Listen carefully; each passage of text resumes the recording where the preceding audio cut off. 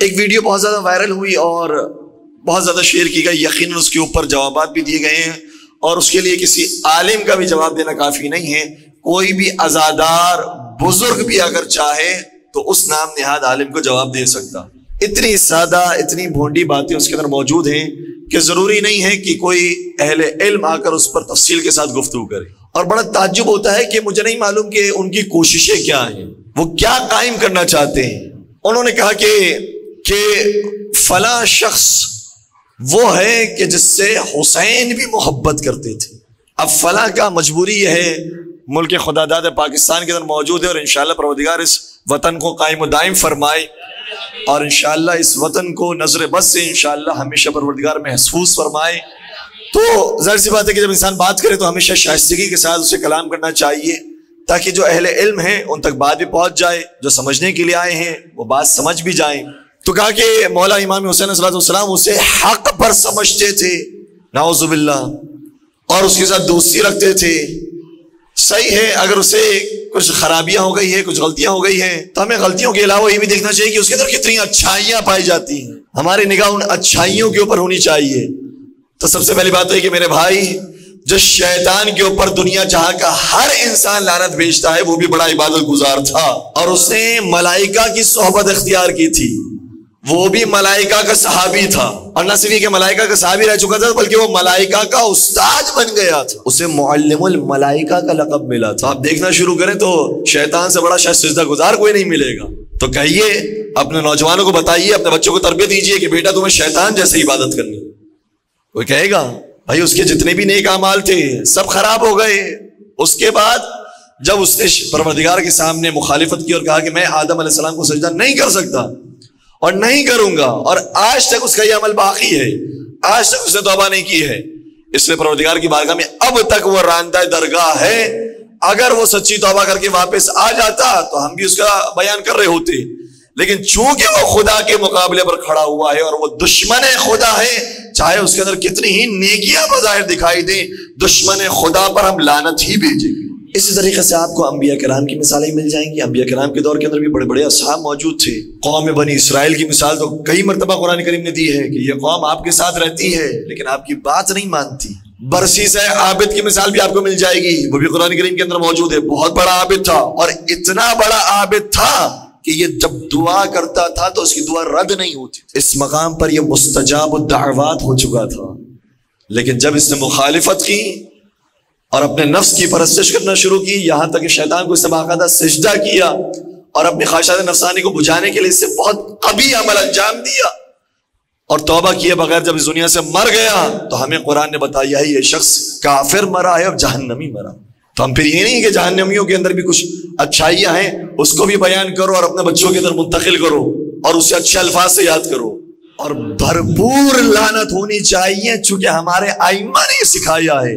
اللہم لعن اول ظالم ظلم حق محمد وآل محمد وآخر تابع له على ذلك. اس پہلے پر بھی لعنت ہو کہ جس نے محمد وآل محمد کے اوپر ظلم ڈھایا ہے, اور ان آخری افراد پر بھی لعنت ہو کہ جنہوں نے محمد وآل محمد پر ظلم.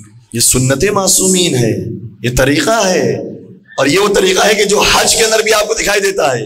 جب مسلمان جاتے ہیں حج کرنے کے لیے تو کیا وہ یہ درس سیکھ کر نہیں آتے کہ ہمیں اگر خانہ کعبہ کے سامنے جا کر کہنا ہے لبیک اللہم لبیک, تو اسی کعبے کے آگے ایک اور مقام آتا ہے جس پر آپ کنکر اٹھاتے اور شیطان کو مارتے, اور ایک شیطان کو بھی نہیں, تین شیطانوں کو مارتے ہیں. تو کیا وہاں سے درس لے کر نہیں آتے ہیں کہ جہاں حج کے اندر تولا موجود ہے وہی حج کے اندر تبرہ بھی موجود. تو حج سے انسان کو یہ سیکھ کر آنا چاہیے کہ صرف ایسا نہیں کہ ہم یہ کہیں کہ ہم تو امن و امان والے لوگ ہیں, ہم تو بڑے پیارے لوگ ہیں, ہم تو بڑے میٹھے میٹھے لوگ ہیں. ارے ہم بھی بہت میٹھے ہیں, لیکن ہم میٹھے ہونے کے ساتھ ساتھ ہم قرآن کے ماننے والے ہیں. قرآن اگر یہ کہتا ہے اعوذ باللہ من الشیطان الرجیم تو ہم بھی یہ کہتے ہیں کہ ہم بھی شیطان سے پناہ مانگتے ہیں. اور اگر قرآن یہ کہتا ہے بسم اللہ الرحمن الرحیم تو ہم بھی کہتے ہیں کہ پروردگار میں شروع کرتا ہوں اس رحمان کے نام سے اور رحیم کے نام سے جو سب پر رحم کرنے والا. تو تولا و تبرہ یہ قرآن کے اندر موجود ہے, حج کے اندر موجود ہے, زندگی کے ایک لمحے کے اندر موجود ہے. آپ کلمے کو اٹھا کر دیکھ لیجئے تو پہلے یہ آتا ہے لا الہ, میں کسی معبود کو نہیں مانتا الا اللہ, سوائے معبود حقیقی کے. ہم بھی یہی کہتے ہیں کہ ہم کسی کو نہیں مانتے سوائے محمد و آل محمد کے اور محبان محمد و آل محمد.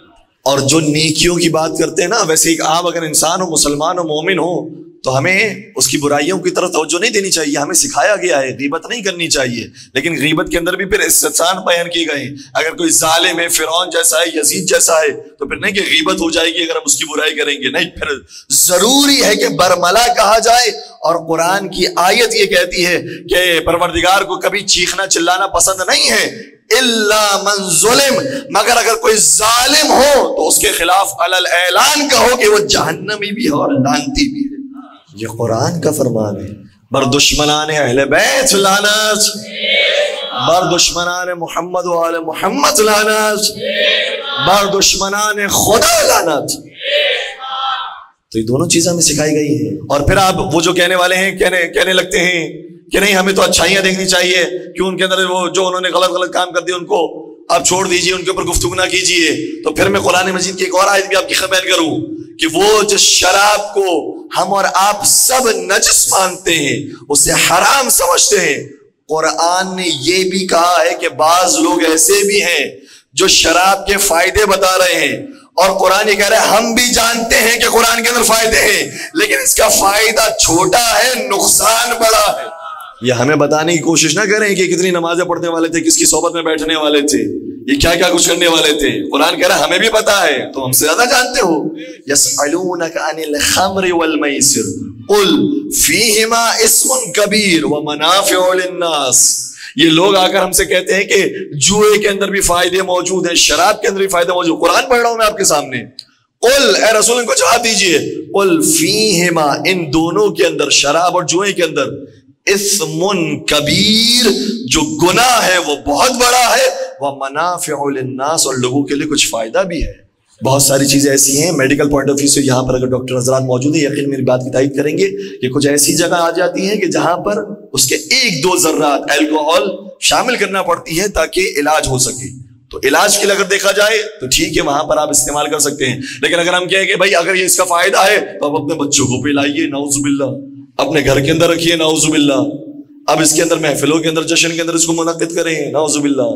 تو آپ کو ہر جگہ پر، یزید کے اندر بھی کچھ نہ کچھ مل جائے گا آپ کو. کرنے لگے پھر اس کی بھی تعریفیں ہیں، کیونکہ معلوم ہے کہ ان کے بارے میں تو بول نہیں سکتے، کیونکہ ان کے بارے میں کوئی بھی آپ سے نہیں سنے گا. یزید تو ایسا ہے کہ حسین نے یا نام یزید کو لعنت ہی بنا دیا. مولا حسین نے نام یزید کو لعنت ہی بنا دیا ہے.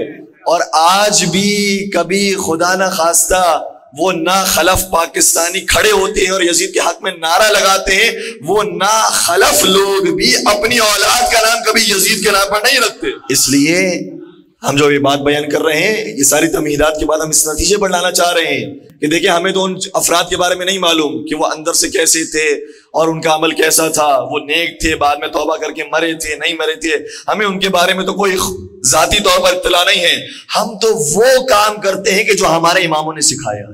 امام صادق جانتے ہیں کہ کون سلام کے قابل ہے اور کون لعنت کے قابل ہے. امام صادق نے بتایا ہے اللہم لعن خصا، اللہم خص انت اول ظالم باللعن منی وابدأ به اولا ثم الثانیہ والثالث والرابع ولعن یزید خامس. ہم تو انہی الفاظ کو دہراتے ہیں کہ لعنت ہو پہلے پر بھی کہ جس سے محمد و آل محمد کے اوپر ظلم ڈھایا، دوسرے پر بھی کہ جس سے ظلم ڈھایا، تیسرے پر بھی جس سے ظلم ڈھایا، چوتھے پر بھی جس سے ظلم ڈھایا، اور پانچویں یزید پر بھی کہ جس سے ظلم ڈھایا. تو سیرت معصومین کو ویسے ہی بیان کریں جیسے معصومین نے بیان کی. معصومین کے انداز میں آپ آئیے، معصومین کے انداز میں آ کر گفتگو کیجئے. اور کتنا خوبصورت انداز ہے معصومین کا کہ دیکھیں کہیں پر بھی کسی کی کوئی دل آزاری والی بات نہیں. ہم یہ جانتے ہیں کہ انہوں نے ظلم ڈھایا ہے. آپ کی کتابوں کے اندر مرقوم ہے روایتیں کہ سیدہ کائنات صدیقہ طاہرہ گئی تھی ان کی دربار. تو دیکھیں جو سارے ظاہری حقائق ہیں ان کو خدا را نہ چھپائیے، یہ صحیح کتابوں کے اندر موجود ہیں. اور پھر جناب سیدہ کا جملہ یہ ہے جو ہمارے لیے کافی ہے کہ صدیقہ طاہرہ نے کہہ دیا ہے کہ واللہ لأدعوَنَّ عَلَيْكَ فِي كُلِّ صَلَاةٍ أُصَلِّيهَا، خدا کی قسم میں جتنی نمازیں پڑھوں گی ان پر لعنت بھیجوں. اور آپ یہ کہہ رہے ہیں کہ مولا امام حسین نے کہا تھا کہ اگر وہ ہوتا تو میں اس کا ساتھ دیتا اور میں اس سے دوستی رکھتا اور وہ حق پر. کس کی بات کر رہے ہیں؟ اگر ایک عام انسان بھی ہو، اس کی ماں کا قاتل بھی اس کے سامنے آ جائے تو کبھی بھی دوستی کے جملے وہ ادا نہیں کر سکتا۔ یہ تو ایک عام انسانوں کی بات ہو رہی ہے۔ وہ خاتون کہ جو سیدۃ النساء العالمین ہے، اس پر اٹھایا گیا ہے، اور سیدہ شباب اہل الجنہ وہی عمل انجام دیں گے۔ ہاں ضرور یہ عمل انجام دیتے اگر وہ توبہ کر کے مرے ہو، اگر وہ توبہ کر کے گئے ہوتے تو ضرور یہ عمل انجام دیتے۔ سچی توبہ، اس کو خدا نے بھی قبول کیا ہے، رسول نے بھی قبول کیا ہے، آل رسول نے بھی قبول کیا۔ جب جناب حمزہ کا قاتل سچی توبہ کر کے پیغمبر کی خدمت میں آیا تو پیغمبر نے اسے بھی گلے لگا دیا، اور جب جناب حر بھی سچی توبہ کر کے امام حسین کی خدمت میں آئے تو نواسے نے بھی گلے لگا دیا۔ تو ہمارے پاس معیار محمد و آل محمد ہیں، محمد و آل محمد جنہیں قبول کر لیا ہم بھی انہیں قبول کرتے ہیں، جن کو انہوں نے رد کر دیا ہم بھی انہیں رد کر۔ میرے خیال سے جواب کافی رہا ہوگا، اور انشاءاللہ ہمیں اپنے بچوں کو صحیح عقائد بیان کرنے ہیں، کہیں ایسا نہ ہو کہ ان کے عقیدے بگڑ جائیں، آہستہ آہستہ وہ اہل بیت سے دور ہو جائیں۔ یہ اہل بیت وہ نہیں ہیں کہ ہم یہ سمجھے کہ ہمارا یہاں پر ایک فرقہ موجود ہے، ایک مذہب موجود ہے جو بار بار اہل بیت کا ذکر کرتا ہے۔ نہیں، ایک فرقے کا نام نہیں ہے، اہل بیت کا ذکر قرآن کا نام ہے۔